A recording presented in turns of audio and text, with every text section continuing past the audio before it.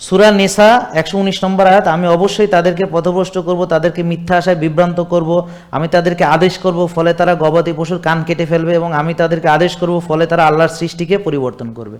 এখন এসে আমরা যে জেনেটিক্যালি মডিফাইড পাচ্ছি, হাইব্রিড পাচ্ছি, হ্যাঁ, আমরা যে বিভিন্ন রকম মানে বিকৃত খাবার পাচ্ছি, প্রসেসড পাচ্ছি, আল্ট্রা প্রসেসড ফুড পাচ্ছি, যত রকম বিকৃতি, চেহারার বিকৃতি, আকৃতির বিকৃতি, বিভিন্ন অঙ্গে বিকৃতি, যত বিকৃতি সবগুলো ওই ইবলিসের আগের সেই স্বীকৃতি, সেটারই প্রতিফলন।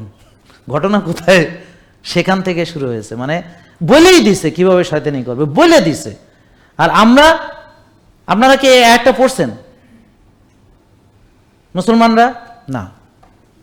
তাহলে বোঝেন বাঁচবেন কিভাবে? বুঝছেন? আপনারা একটা কথা জিজ্ঞেস করে যে পবিত্র কোরআন অর্থ ব্যাখ্যা সহ যে কোনো তাফসির একটা পুরো প্রথম থেকে শেষ পর্যন্ত কেউ পড়েছেন? কে কে পড়ছে? এই মাত্র এই 3-4 জন, 5-6 জন, ব্যাস শেষ। তাহলে বাকিরা কি মানে আল্লাহ আপনাকে ওটা দায়িত্ব দেয় নাই? তা পড়বেন তো, সবাই পড়বেন ইনশাল্লাহ।